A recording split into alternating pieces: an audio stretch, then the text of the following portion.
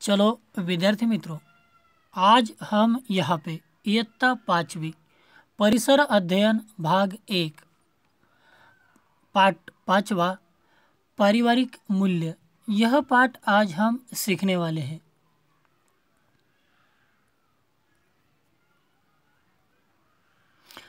देखो, अब 4 प्रश्न आप लोगों को पूछे जाएंगे। तो ये 4 प्रश्न का उत्तर हर एक विद्यार्थी ने सोच विचार करके अपने अपने आप सोच के मम्मी पापा से बात करके थोड़ा बहुत समझ के, लेकिन इस प्रश्न के उत्तर अपने कापी में बना के लिखने हैं। देखो, प्रश्न नंबर 1, तुम्हारे परिवार में सैर पर जाने का निर्णय कैसे लेते हैं। देखो कि ये हर एक का परिवार अलग अलग होता है, हर एक के परिवार के सदस्य अलग अलग होते हैं, सबकी सोच विचार अलग अलग होते हैं, लेकिन हर एक का जो सैर पे जाने का निर्णय होता है हर एक परिवार का अलग अलग होता है। तो ये अपने अपने परिवार के हिसाब से अपना अपना उत्तर अपने अपने कापी में सब बच्चों ने लिखना है। नंबर 2 का प्रश्न है, क्या तुम सैर पर जाने के स्थान के विषय में सुझाव देते हो। देखो, हर एक बच्चे ने अपना उत्तर यहाँ पे सोच समझ कर देना है। देखो कि तुम्हारे घर पे कोई सैर पे जाने वाले, ट्रिप पे जाने वाले हो, तो ट्रिप पे जाने के लिए क्या आपने भी कभी सुझाव दिया है या तो आप सुझाव दिया करते हो।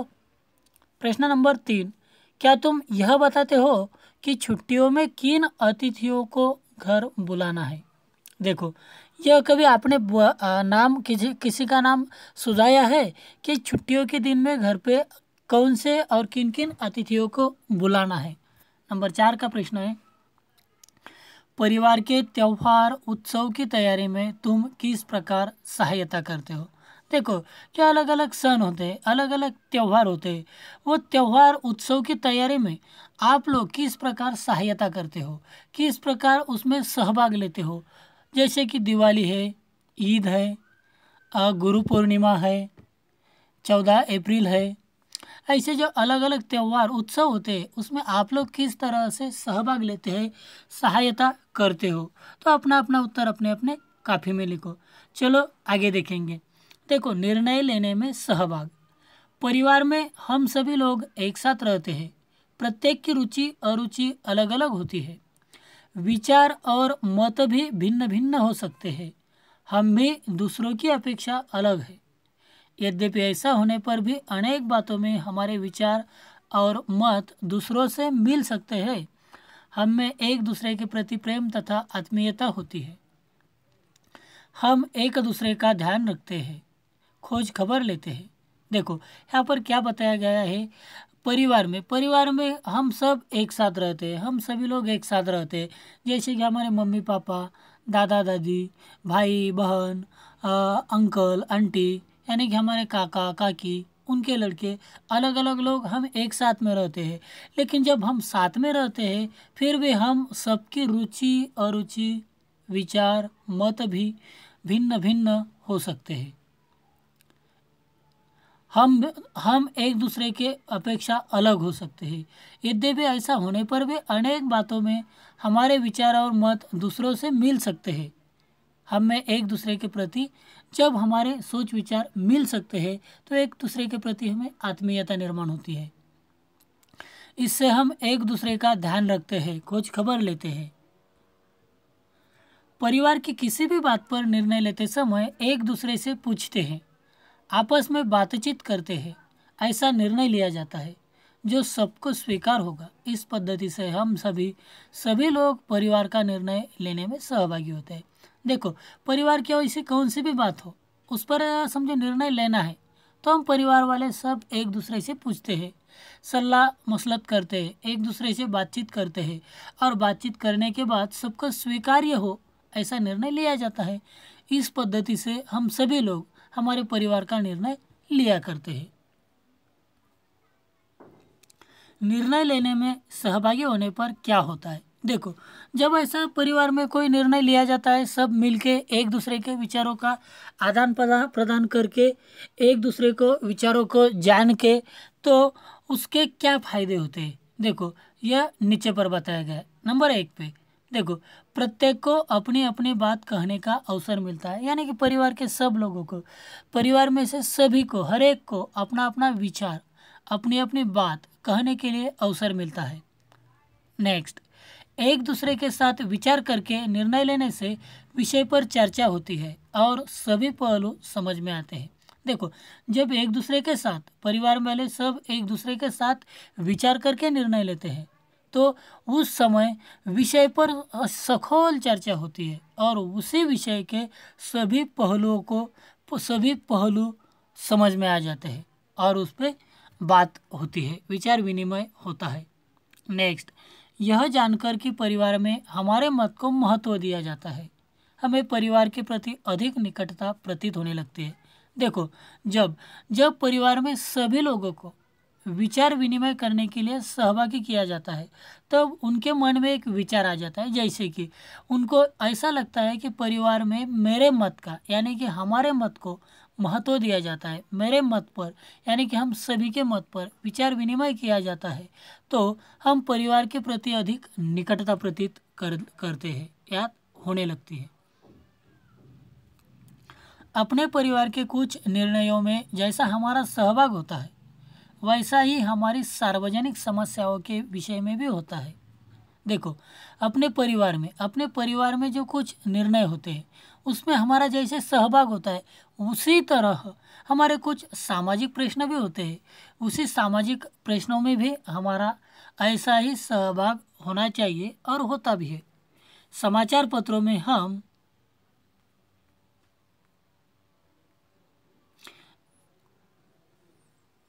देखो, सार्वजनिक जीवन में ईमानदारी, सार्वजनिक जीवन में भी ईमानदार होने पर सार्वजनिक सेवा सुविधाएं हमें अच्छी तरह मिलती है।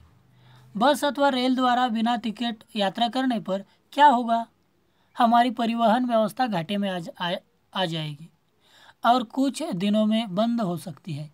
यदि प्रत्येक व्यक्ति ईमानदारी से टिकट लेकर चले तो यह समस्या उत्पन्न नहीं होगी। देखो, क्या सार्वजनिक जीवन में जब हम ईमानदारी से काम करेंगे, ईमानदारी से पेश आएंगे तो उसके फायदे क्या होंगे और हमने बेईमानी की तो उसके तोटे क्या हो सकते हैं। देखो ना, एक उदाहरण ले लेंगे हम रेल टिकट का। जब जब हम रेल टिकट न काटते हुए फुकट में प्रवास करेंगे तो हमारे जैसे और भी कई लोग प्रवास करेंगे तो क्या होगा, हमारा रेल मंत्रालय, हमारा रेल विभाग घाटे में आ जाएगा। घाटे में आते आते एक दिन वो बंद हो जाएगा तो फिर हमारे लिए रेलवे व्यवस्था ही नहीं होगी ना। उसी तरह जब हम हर एक अलग अलग पहलू होते हैं समाज के, कोई पहलू ऐसा ही घाटे में आके बंद हो जाए तो एक दिन हमारे लिए दिक्कत आ जाएगी। इसलिए यदि प्रत्येक व्यक्ति ने ईमानदारी से टिकट लेकर चले तो यह समस्याएं उत्पन्न नहीं होगी। इसलिए सार्वजनिक जीवन में भी हमें ईमानदारी बरतनी चाहिए। ईमानदारी के व्यवहार से सार्वजनिक जीवन की कार्यक्षमता में वृद्धि की जा सकती है। ईमानदारी का बोध हमारे सार्वजनिक जीवन के अनुशासन तथा कार्यक्षमता की वृद्धि में उपयोगी सिद्ध होता है। देखो हम सार्वजनिक जीवन में ईमानदारी से व्यवहार करेंगे तो सार्वजनिक जीवन की जो कार्यक्षमता में वृद्धि हो जाएगी। जैसे कि हम रेल टिकट का ही ले लेंगे ना, रेल डिपार्टमेंट का ही ले लेंगे। हर एक आदमी टिकट काट के रेल प्रवास करेगा तो रेल डिपार्टमेंट नफ़े में आएगा, वो अलग अलग सुविधा हमें और देते जाएंगा, उनकी सुधारणाओं में बढ़ोतरी हो जाएंगी। इसी तरह सार्वजनिक जीवन के अनुशासन तथा कार्यक्षमता की वृद्धि में उपयोगी सिद्ध हो सकती है हमारी ईमानदारी का व्यवहार। जन सहभाग के कुछ समाचार पढ़ते हैं। ऐसे कुछ प्रातिनिधिक समाचारों का सारांश नीचे दिया गया है।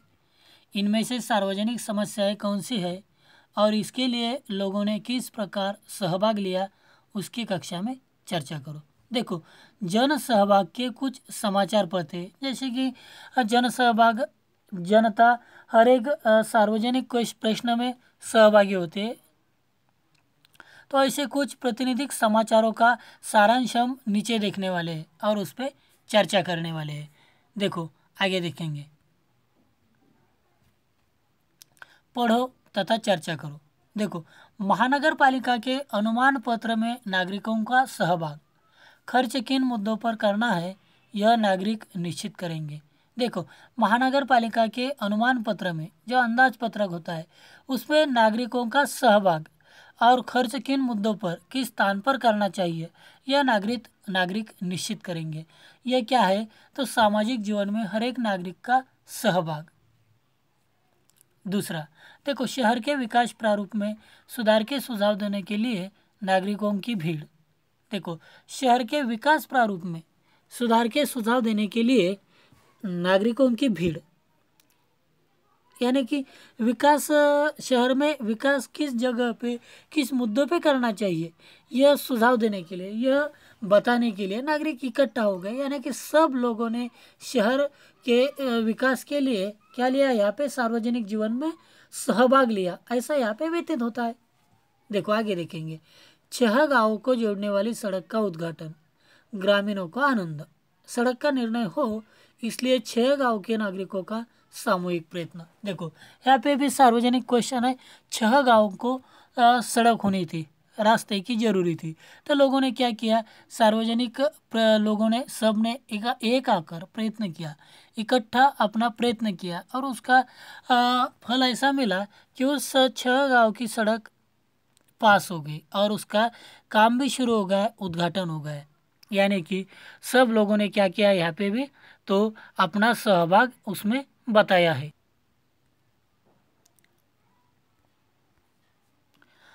हम यह महसूस करते हैं कि हमारे परिसर में कई छोटे छोटे परिवर्तन होने चाहिए। परिसर के परिवर्तनों के विषय में सभी लोगों का सामूहिक निर्णय लेना हितकारी होता है। हमारे द्वारा चुनी गई सरकार सार्वजनिक समस्याओं के विषय में निर्णय लेती है। यदि सरकार द्वारा लिया गया कोई निर्णय अनुचित लगे तो उस पर हम अपना मत दे सकते हैं। इस प्रकार निर्णय प्रक्रिया में हम सहभागी हो सकते हैं। देखो, हम यह महसूस करते हैं कि हमारे परिसर में कई छोटे छोटे परिवर्तन होने चाहिए। परिसर के परिवर्तनों के विषय में सभी लोगों को सामूहिक इकट्ठा आकर निर्णय लेना चाहिए और वही निर्णय हितकारी हो सकता है।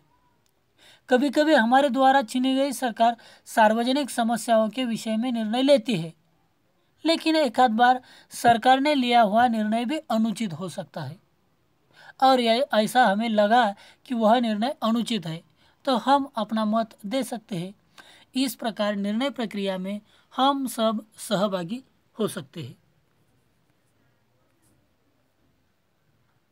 थोड़ा सोचो, परिवार के निर्णय में अवश्य सहभागी बनो। केवल दूसरों की बातें सुनकर उसके आधार पर अपना विचार मत बनाओ। तुम्हें जो कहना है उस पर अपना मत प्रस्तुत करो। देखो, थोड़ा सोचने वाली बात यहाँ पे, थोड़ा सोचो आप लोग भी। परिवार के जो कोई निर्णय होते हैं उसमें अवश्य अपना सहभाग लेना चाहिए। नहीं तो क्या होता कि केवल दूसरों की बातें सुनकर उसके आधार पर ही अपना निर्णय लेना पड़ता है। ऐसा कभी नहीं करना चाहिए कि परिवार में कोई निर्णय हो तो उसमें आप लोगों ने सहभागी होना चाहिए, एक दूसरे की बातें सुनना चाहिए और उस पर अपना भी निर्णय बताना चाहिए। तुम्हें जो कहना है उस पर अपना मत प्रस्तुत करना चाहिए। आगे देखो, बताओ तो आगे दिए प्रसंगों को ध्यान से पढ़ो, इनमें से किसका व्यवहार ईमानदारी का है वह बताओ। देखो, आगे हम कुछ प्रसंग ध्यान से पढ़ने वाले हैं, देखने वाले हैं, और इनमें से किसका व्यवहार ईमानदारी का है वह आप लोग सोच के बताओ। देखो, प्रसंग नंबर 1, आफरीन ने मीनू से पेंसिल मांगी, लिखने के बाद उसने पेंसिल वापस कर दी। क्या हुआ? क्या हो गया? आफरीन ने पेंसिल मीनू से मांग ली और अपना काम होने के बाद, लिखने के बाद उसको वापस कर दी। तो यह प्रसंग ईमानदारी का है या बेईमानी का है? आपको क्या लगता है? उस पर अपनी राय बताओ। मुझे तो लगता है किसी से हमने कुछ उधार मांग लिया और हमारा काम हो गया तो उसको वापस करना चाहिए। मतलब कि आफरीन का यह व्यवहार ईमानदारी का है। प्रसंग नंबर 2, शमा साइकिल से गिर पड़ी। माँ को बताते समय उसने कहा, नेहा ने मुझे गिराया इसलिए मैं गिर गई। देखो, शमा नाम की लड़की साइकिल से गिर पड़ी, यानी कि वो अपने आप ही गिर पड़ी। लेकिन जब माँ को बताने के लिए गई तो बताते समय बोली, नेहा ने मुझे गिराया इसलिए मैं गिर पड़ी। यानी कि अपने आप गिरी लेकिन नाम नेहा का बीच में डलवाया। तो यह व्यवहार इसका अपने हिसाब से बेईमानी का लगता है या ईमानदारी का? थोड़ा सोचो। मेरी राय से यह बेईमानी का है, क्योंकि वो अपने आप गिरी है, लेकिन नाम बीच में किसका डाल रही है, तो नेहा का। प्रसंग नंबर 3, मेरी ने रिक्शे में मिली थैली निकट के पुलिस थाने में जमा कर दी। देखो, यानी कि हमें भी किसी का कुछ ऐसा ही इधर उधर पड़ा हुआ मिले तो वह उसको मिलने के लिए हमने वह आजू बाजू वाले पुलिस थाने में जाकर जमा करना चाहिए। यानी कि पुलिस वाले जिसका है उसको सोच समझकर दे देंगे, यानी कि जिसका उसी को मिल जाएगा। इसलिए इससे हमारे यह ध्यान में आता है कि मेरी का यह व्यवहार भी ईमानदारी का है। ईमानदारी तथा बेईमानी के परिमाण। ईमानदारी तथा बेईमानी के परिणाम। हमसे अच्छी बुरी घटनाएं घटित होती रहती है, कभी भूले भी हो जाती है। कोई भूल हो गई तो यह बात ध्यान में आते ही उसके विषय में माता पिता, भाई बहनों तथा मित्र से खुलकर बात करनी चाहिए। परिणाम स्वरूप हमसे जो गलती हुई उसे सुधारने का अवसर मिलता है और हमारी ईमानदारी भी दिखाई देती है। देखो, क्या होता है, तो हमसे अच्छी बुरी घटनाएं घटित होती रहती है, कभी एक आध बार हमसे भी भूल हो सकती है, लेकिन हमारे ध्यान में आया कि हमसे कोई भूल हुई है तो हमने झट से हमारे माता पिता को बताना चाहिए, मेरे से यह भूल हो गई, या तो हमारे भाई बहनों से या तो मित्रों से बताना चाहिए कि हमसे यह भूल हो गई। परिणाम स्वरूप हमसे जो भूल हो गई या तो जो गलती हो गई उसको सुधारने के लिए भी हमें अवसर मिल जाएगा। इसलिए जो भी भूल या तो गलती हो गई ध्यान में आते ही संबंधित प्रसंग या तो व्यक्ति, माता पिता, भाई बहन, मित्रों को बताना चाहिए। इसके साथ साथ अपना काम सच्चाई से करना भी आवश्यक है। रिश्ते के पारस्परिक विश्वास को प्रयत्नपूर्वक बनाए रखना और किसी को धोखा न देना भी ईमानदारी का लक्षण है। ईमानदारी हमें निर्भय बनाती है। इसके विपरीत बेईमानी का व्यवहार करने पर हमारा आत्मविश्वास कम होता है। देखो, इसके साथ साथ अपना काम भी सच्चाई से करना आवश्यक है। उससे क्या होता है कि पारस्परिक विश्वास बना रहता है, पारस्परिक नातों में विश्वास बना रहता है। ईमानदारी से हम निर्भयता से काम करते हैं, निर्भयता से पेश आते हैं, लेकिन एक आध बार जब कोई व्यक्ति बेईमानी से काम करेगा तो उसका आत्मविश्वास भी कम हो सकता है या तो कम हो जाता है। इसलिए सभी समय ईमानदारी से पेश आना चाहिए। आगे देखो, क्या तुम जानते हो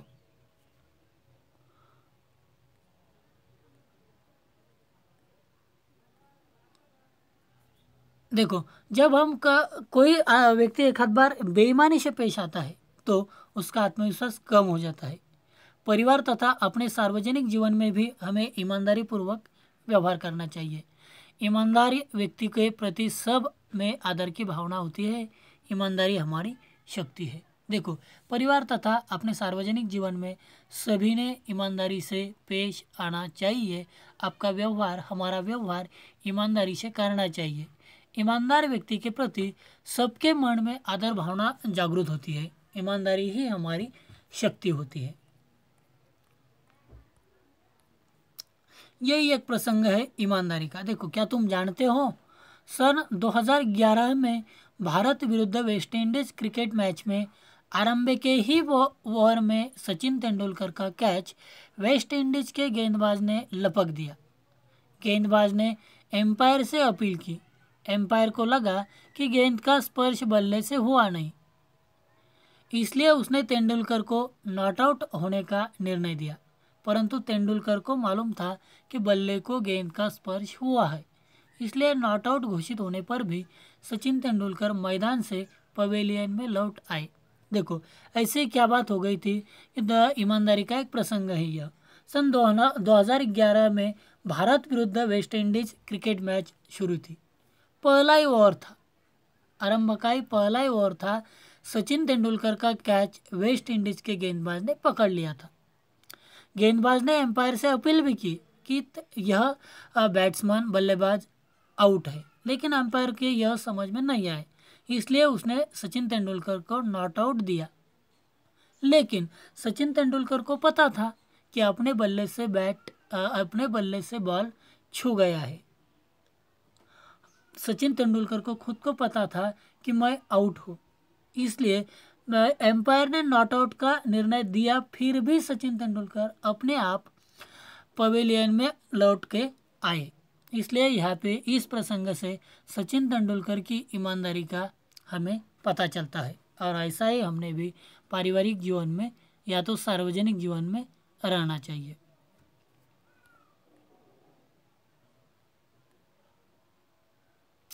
देखो आगे देखेंगे सहयोग से लाभ।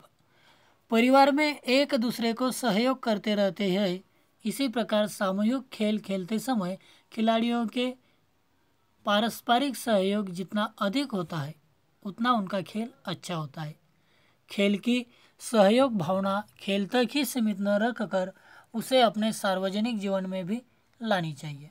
देखो सहयोग के लाभ या तो फायदे क्या बताए जाते हैं।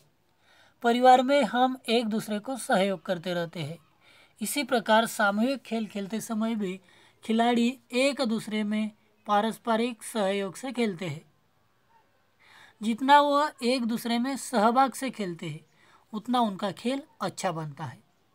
खेल में जैसी सहयोग की भावना होती है उसी तरह सहयोग की भावना हमारे सार्वजनिक जीवन में भी हमने बरतनी चाहिए। यह हमारे ध्यान में आता है। सामाजिक जीवन में सभी को सहयोग की आवश्यकता होती है। हमें भी दूसरों के सहयोग की आवश्यकता होती है। गांव अथवा शहर का मेला, उर्स, रैली आदि कार्यक्रम एक दूसरे के सहयोग से ही यशस्वी रूप में संपन्न होते हैं।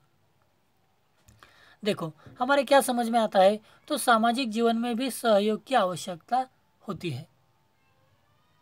हम एक दूसरे को सहयोग करेंगे तो ये हमारा काम अच्छा हो सकता है। गांव अथवा शहर में जो मेला रहता है, उर्स, रैली आदि कार्यक्रम भी एक दूसरे के सहयोग से ही यशस्वी रूप में संपन्न होते हैं। जितना एक दूसरे का सहयोग उनमें मिले उतने वह यशस्वी होते हैं। अब क्या करना चाहिए, देखो नीचे कुछ प्रसंग आपको बताए जाएंगे, आपके सामने बताए हुए हैं। उस प्रसंग में हाँ आप लोग क्या करेंगे, यानी कि आप क्या करना चाहिए आपके हिसाब से बताओ।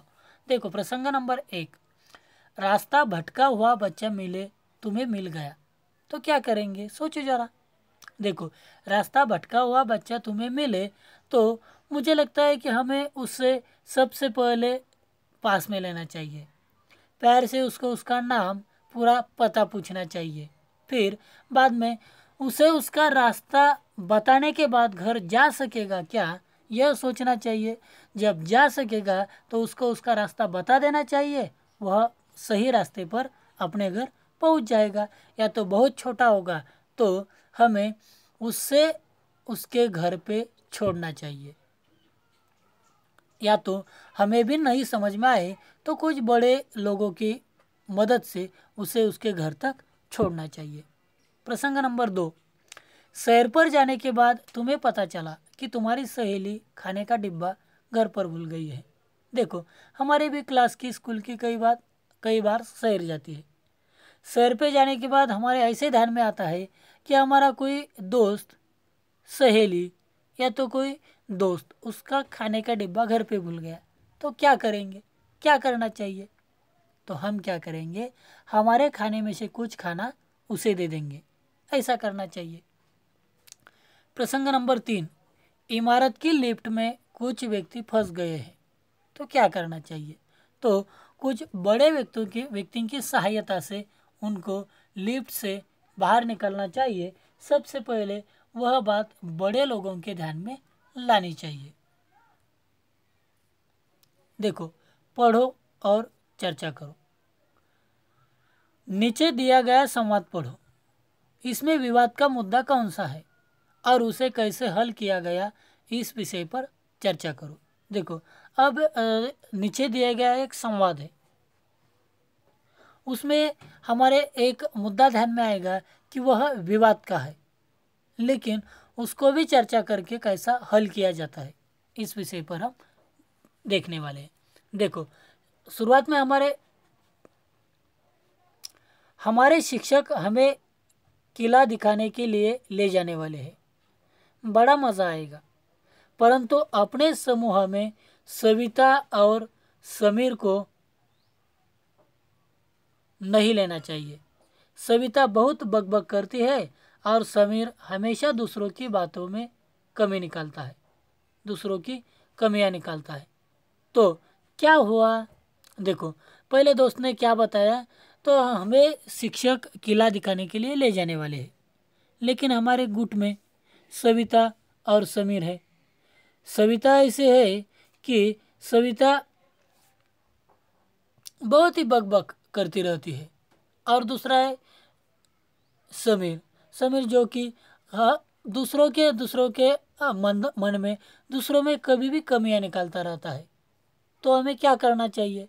तो क्या हुआ, वो सहेली क्या बोलती है, देखो सविता गाना अच्छा गाती है लेकिन समीर अच्छे चुटकुले सुनाता है, तो हम उनसे कहेंगे, वे हमें बात सुनेंगे, हम उन्हें अलग नहीं करेंगे। तो देखो देखो ये लड़की क्या बोलती है, तो क्या हुआ, होने दो ना, लेकिन सविता बकबक तो करती है लेकिन गाना तो अच्छा गाती है, समीर अच्छे चुटकुले सुनाता है। तो हम उन्हें कहेंगे कि तुम हमारी बात मानो, और वे हम भी उनकी बात सुनेंगे, उन्हें अलग नहीं करेंगे। बस यह हल हो गया। देखो बहुत सही, बहुत सही, मेरे ध्यान में नहीं आया, आओ हम सब मिलकर शहर की तैयारी करो। दूसरी सहेली लड़की आके क्या बताती है, यार बहुत सही है, मैंने भी यही सोचा था, मेरे भी ध्यान में ऐसा ही आया था, तो चलो हम सब मिलके शहर की तैयारी करेंगे। हाँ, अब गायत्री भी बीच में आती है, और गायत्री क्या बोलती देखो, हाँ गायत्री जो कहती है वह बिल्कुल ठीक है, सविता से हम नए गाने सीखेंगे, समीर से हम अच्छे अच्छे चुटकुले सुनेंगे।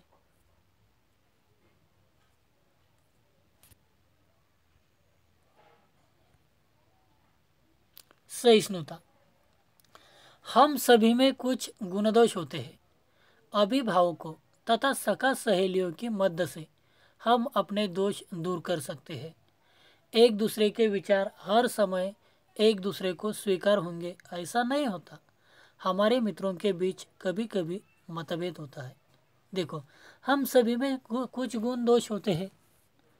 अभिभावकों तथा सखा सहेलियों की मदद से हम अपने दोष दोष दूर कर सकते हैं। एक दूसरे के विचार हर समय एक दूसरे को स्वीकार्य होंगे ऐसा नहीं होता, कभी कभी विचारों में क्या होती है, तो मत भिन्नता भी होती है।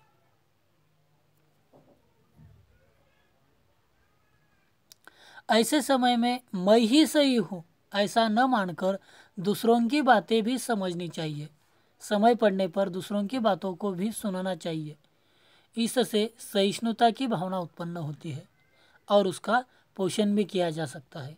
सहिष्णुता का अर्थ है अपने से भिन्न मतों का आदर करना। देखो सबसे पहले सहिष्णुता का अर्थ समझ में लेंगे।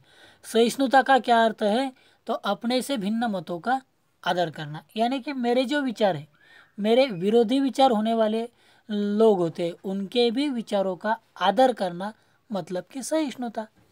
देखो कभी कभी ऐसा हो जाए कि हमारे बीच, हम और हमारे दोस्त या तो परिवार वाले, उनके बीच कोई प्रश्न पे मत भिन्नता है, तो क्या करना चाहिए, तो मेरे ही बात सही ऐसा नहीं मानना चाहिए, तो आगे वाले की भी बात सुननी चाहिए, उसका विचार कर लेना चाहिए, समझ लेनी चाहिए।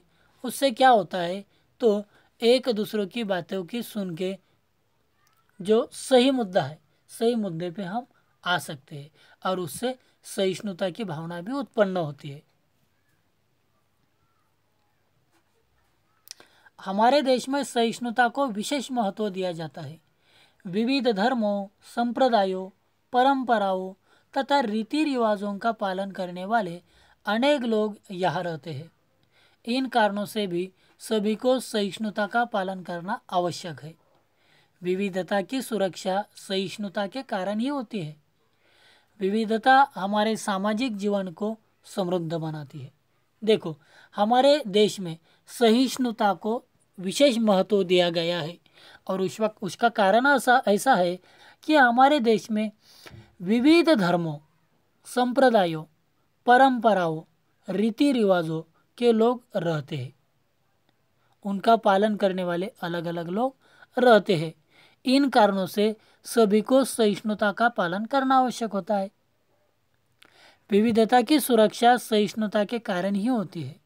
देखो देखो ना, हमारे देश में अलग अलग समाज, धर्म, आचार विचार, परंपराओं का पालन करने वाले लोग हैं, और उनमें सब में क्या है कि एक दूसरे के बात सुनकर चलते हैं। इसलिए और ऐसे अलग अलग लोगों को एक साथ रहने के लिए उनमें सहिष्णुता की भावना तो होनी ही आवश्यक है। इसलिए हमारे देश में सहिष्णुता को ज़्यादा महत्व दिया गया है।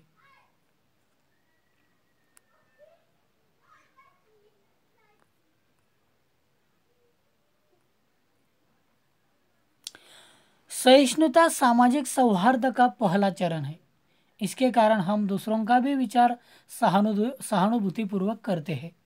अपने परिसर की समस्याओं का निराकरण का प्रयत्न हम सहिष्णुता के कारण करते हैं। देखो, सहिष्णुता सामाजिक सौहार्द का सबसे पहला चरण है, क्योंकि सामाजिक जीवन में सहिष्णुता से पेश आने से एक दूसरे में आदर बढ़ता है, और इसी के कारण हम दूसरों का भी विचार सहानुभूतिपूर्वक करते हैं। अपने परिसर समस्याओं के निराकरण का प्रयत्न सहिष्णुता के कारण किया जाता है। स्त्री पुरुष समानता। मनुष्य के रूप में लड़का लड़की अथवा स्त्री पुरुष समान होते हैं, उनका स्तर समान होता है।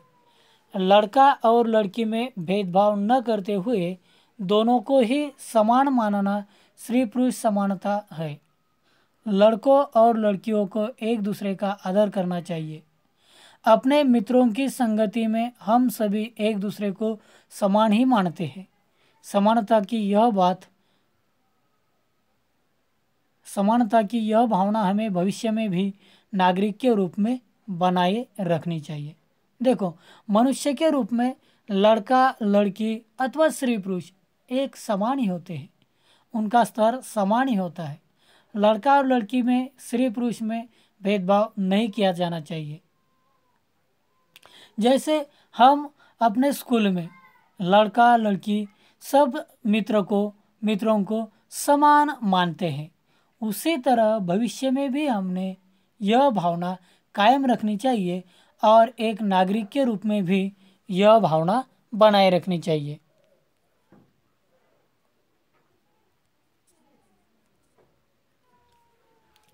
समानता की भावना में वृद्धि होने के कारण सभी लोग प्रगति कर सकते हैं, सभी शिक्षा प्राप्त कर सकते हैं। भोजन, वस्त्र, निवास, स्वास्थ्य तथा शिक्षा स्त्री और पुरुषों की समान आवश्यकता है। समानता के लिए इन आवश्यकताओं की पूर्ति समान रूप से होनी चाहिए। देखो, समानता की भावना में वृद्धि होने के कारण सभी लोग प्रगति कर सकते हैं, सभी शिक्षा प्राप्त कर सकते हैं।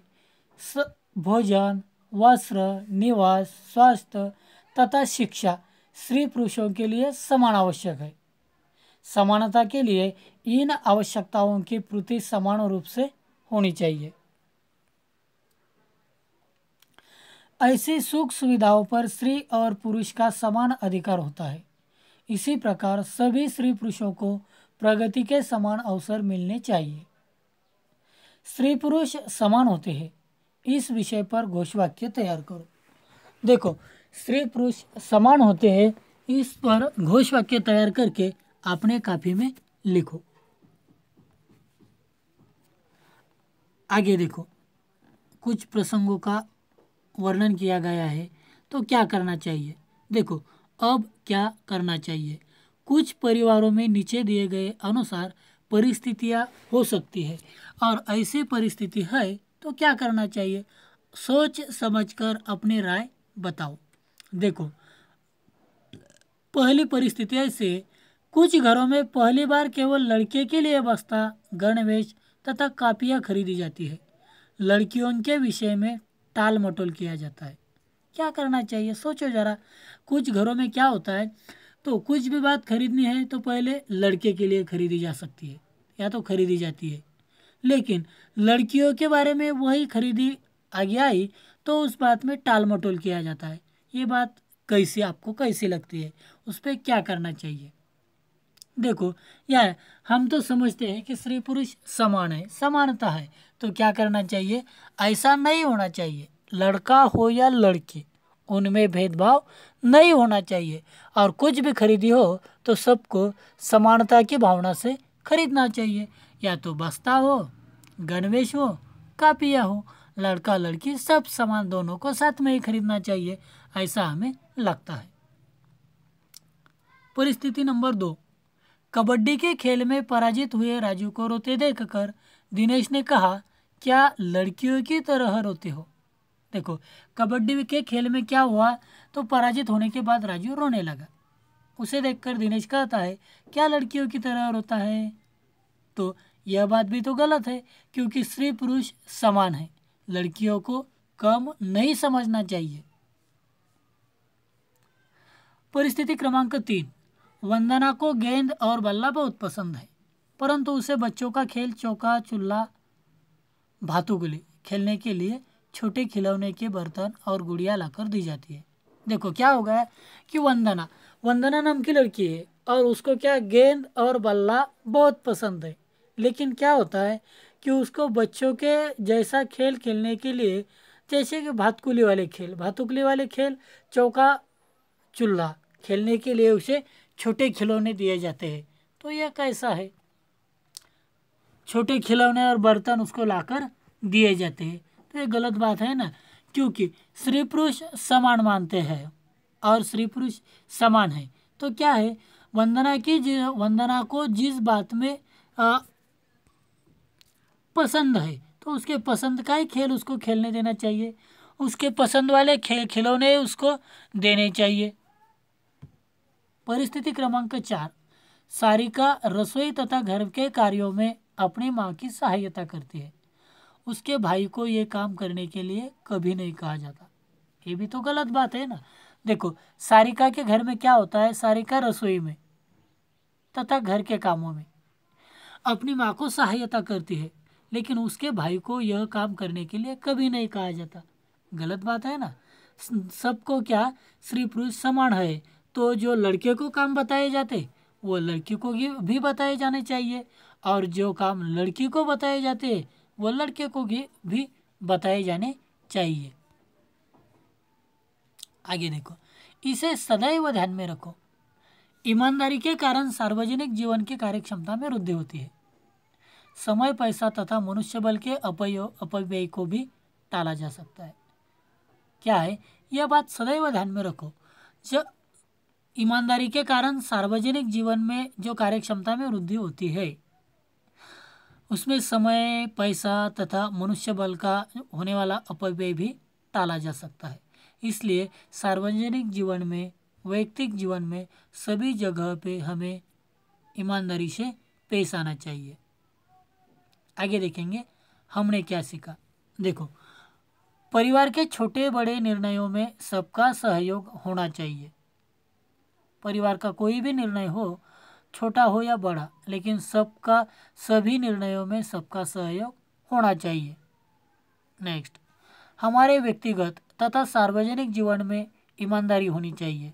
हमने पहले ही बोला है, हमारा व्यक्तिगत जीवन हो या सार्वजनिक जीवन हो, उसमें ईमानदारी होनी चाहिए, और ईमानदारी से ही हम व्यक्तिगत जीवन में और सार्वजनिक जीवन में लाभ पा सकते हैं, उन्नति कर सकते हैं। नेक्स्ट, सहिष्णुता तथा सहयोग के कारण हमारा सामूहिक जीवन निरामय और सामंजस्यपूर्ण होता है। देखो, सहिष्णुता बोले तो एक दूसरे के मतों का आदर करना, सहयोग बोले तो सभी कामों में एक दूसरे को सहयोग करना, और जब ऐसा करेंगे तो हमारा सामूहिक जीवन निरामय और सामंजस्यपूर्ण हो सकता है या तो होता है। आगे देखो, सहिष्णुता के कारण विविधता की सुरक्षा हो सकती है। सहिष्णुता के कारण ही क्या है, तो विविधता की सुरक्षा हो सकती है। नेक्स्ट, स्त्री पुरुष समान होते हैं, इनमें भेदभाव करना उचित नहीं है। स्त्री पुरुष दोनों समान है, उनमें भेदभाव नहीं करना चाहिए।